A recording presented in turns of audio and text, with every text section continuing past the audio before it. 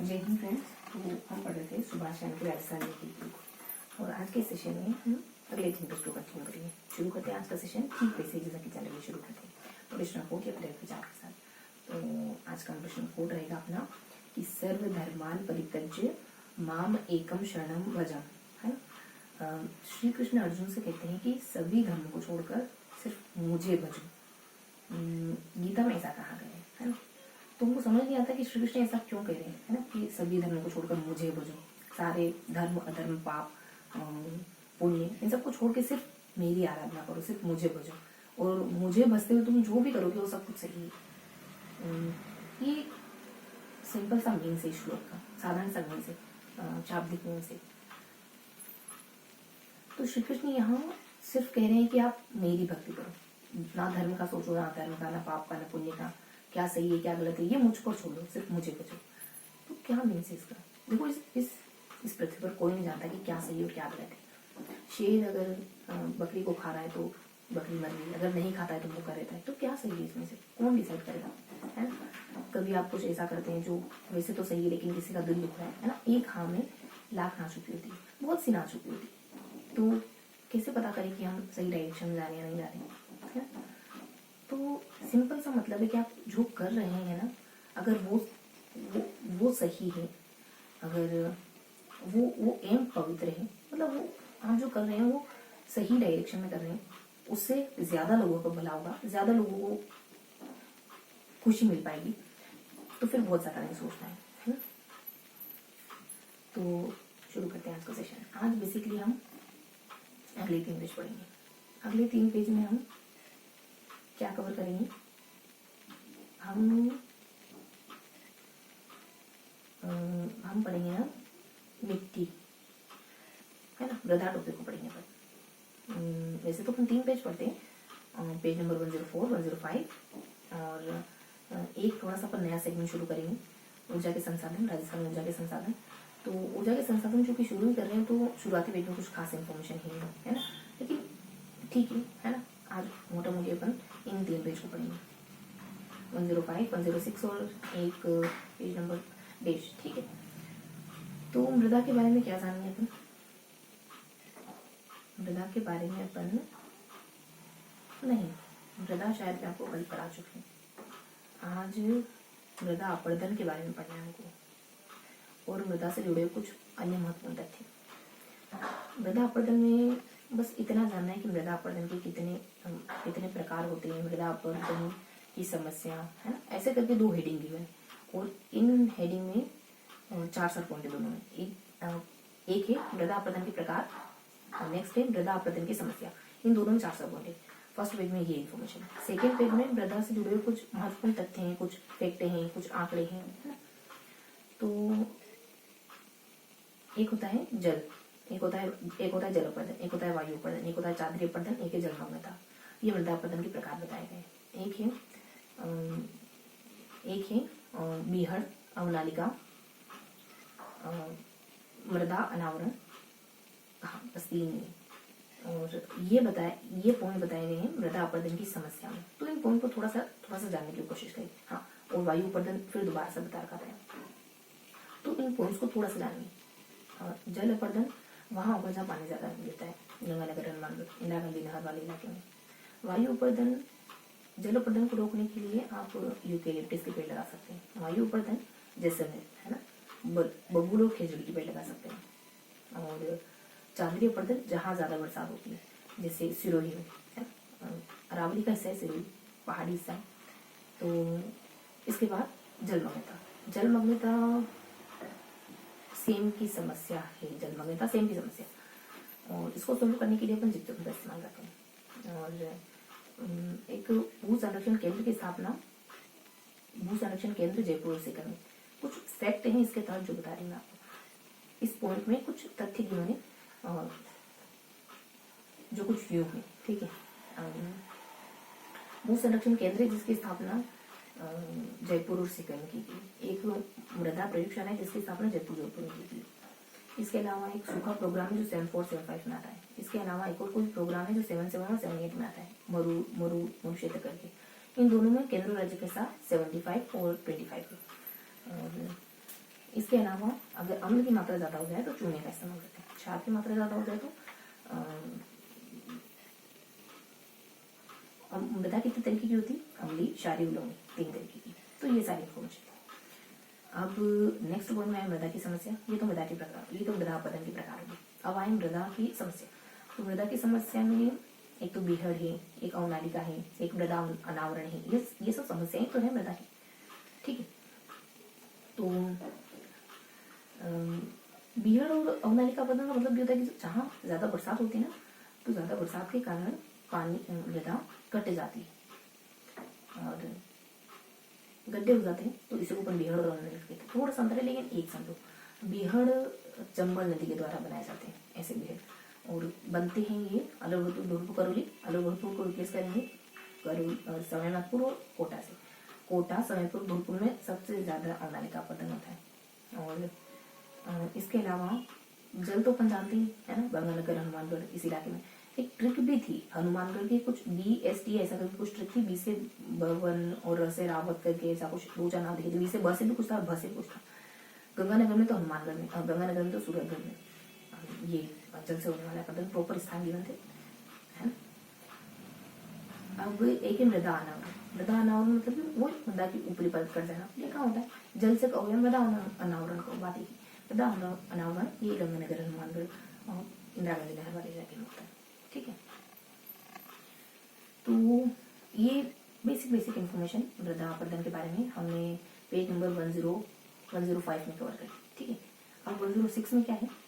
तो 106 में बेसिकली कुछ महत्वपूर्ण तथ्य बताए गए, जैसे एक है डिजिटल इंडिया मृदा भू संस्करण आधुनिकीकरण लिमिटेड, इसकी स्थापना 16 में होती है।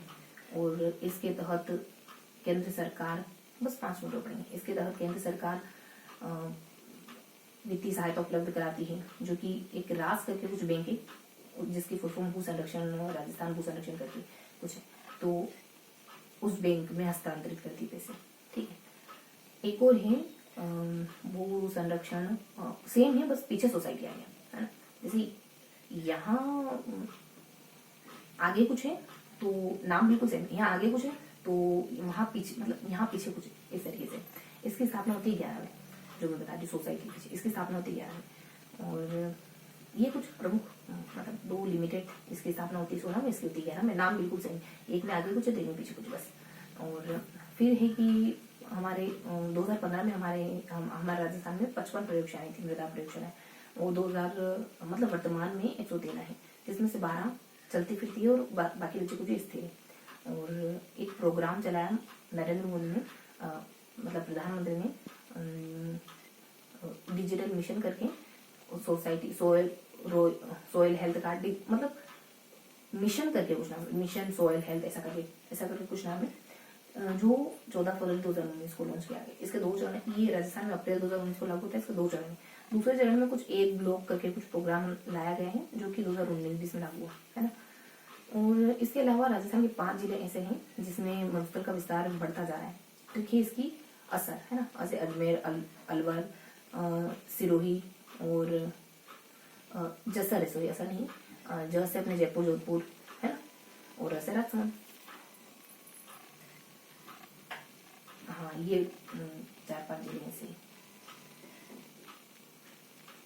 जैसे जोधपुर ही ना, सिर्फ जोधपुर, अच्छी हो जाएंगे। और इसके अलावा यूँ है कि एक ये 2013 की रिपोर्ट के अनुसार 5 और जिले ऐसे हो गए जिनमें मूसल फैला है।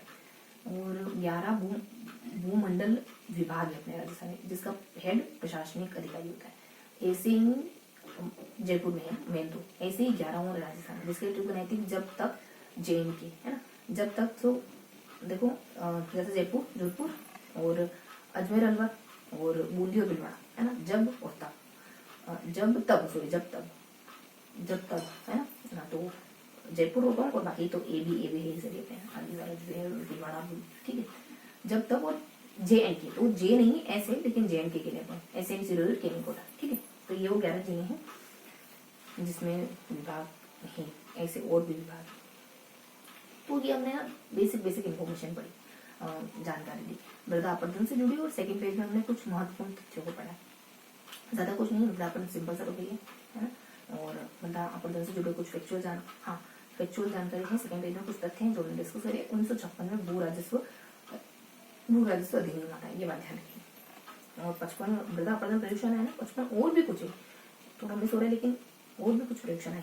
ठीक है, तो मैं थोड़ा सा फिगर आउट करूंगी कि हमने क्या पढ़ा।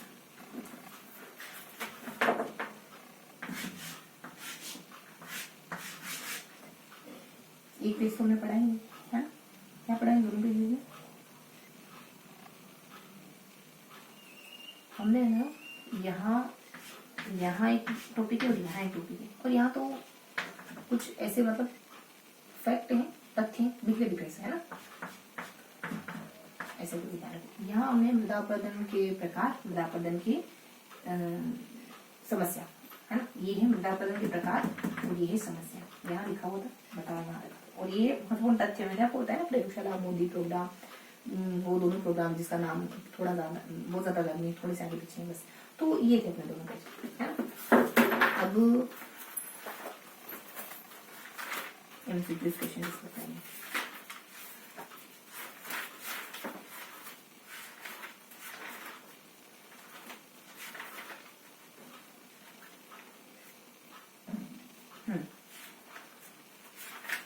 तो आज के अपने एमसीक्यू क्वेश्चन होंगे।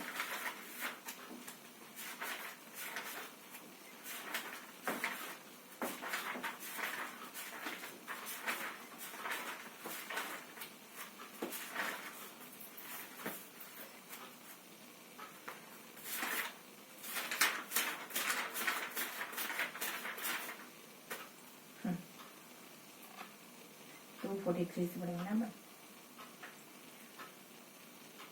44 राजस्थान राज्य में किस नदी का अपवाह क्षेत्र न्यूनतम? किसका? वाकल नदी का। बाणगंगा नदी का उद्गम है बेरा की पहाड़ी। गलत युग्म चुनिए तो हम सही युग्म को देखें। ये सागर, डूंगरपुर, कायलाना, जोधपुर, चांदौड़ी, दूसरा। राजस्थान के कुल क्षेत्र का कितना प्रतिशत आंतरिक प्रवाह के अंतर्गत आता है? 60%। नदियों के संदर्भ में सुमेलित को मिलाना, सुमेलित नहीं है, जो सुमेलित है उसको पकड़ेंगे। नदी उद्गम मुहाना और इतना लूनी है, लाल पहाड़ियां हैं, कच्छ है, अर्धसरिता है, चंबल, जानापुर की पहाड़ी, मुरादागंज, चरनौतिया, कांगड़ा, बनास, खमनोर, रामेश्वर और वाणासा। किस नदी को आने के नाम से जानते हैं? नीलेश्वर। और राज्य में नदियों को जलग्रहण क्षमता के आधार पर सही अवरोही क्रम में जाना है। पहले चंबल आएगी, फिर लूनी, फिर बनास, फिर वाही। कालीसी नदी का उद्गम मध्य प्रदेश के देवास जिले के निकट स्थित बांकड़ी गांव के पास होता है। यह नदी राजस्थान में कहाँ से एंटर करती है? जालौर से। नदियों का त्रिवेणी संगम असंगत है, तो उनको संगत बताना है। बेनेश्वर, डूंगरपुर, माही, सोनजरका, दिगोद, बिलवाड़ा, बनास, बेड़स, मेरठ, रामेश्वर, सहारनपुर, बनास, चंबल से। बेड़स नदी का उद्गम कहाँ से होता है? गंगा की पानी से। राज्य का सबसे बड़ा आंतरिक प्रवाह बेसिन कौन सा है?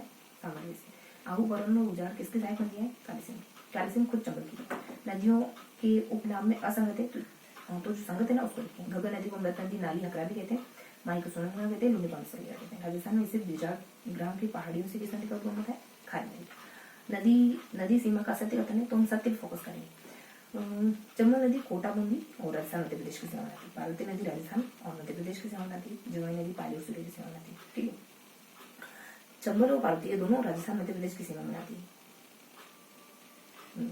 और जवाई जो है वो पाली सूर्य। और गंभीर नदी राजस्थान के किन जिलों में प्रवाहित होती है? सहारनपुर, करौली, धौलपुर, भरतपुर। अजमेर की नाग पहाड़ियों से किस नदी का उद्गम होता है? लूनी का। निम्न में से कौन सी नदियाँ कच्छ की खाड़ी में गिरती है? लूनी, जवाई, सुकड़ी, पश्चिम बनास, ये सब कच्छ की खाड़ी में गिरने वाली नदियाँ। अब 4 क्वेश्चन करेंगे पर, है ना। तो पिछोला जल का निर्माण एक बंजारे के द्वारा मेवाड़ के किस शासक के समय करवाया गया? महाराणा लाखा के शासनकाल के समय। जैसलमेर जल किस नदी पर स्थित है? गोमती है। राजस्थान में मीठे पानी की सबसे बड़ी झील कौन सी है? जैसलमेर। निम्न में से किस नदी को ढेबर झील कहते हैं? जैसलमेर। ठीक, तो ये आज का सेशन। और आपका क्वेश्चन रहेगा आज का कि जयसलमेर झील किस नदी पर है? ठीक है, तो मिलते हैं इसी के अगले सेशन में। तब तक के लिए हंसते मुस्कुराते रहिए, दिल से पढ़ाई करिए। जय हिंद।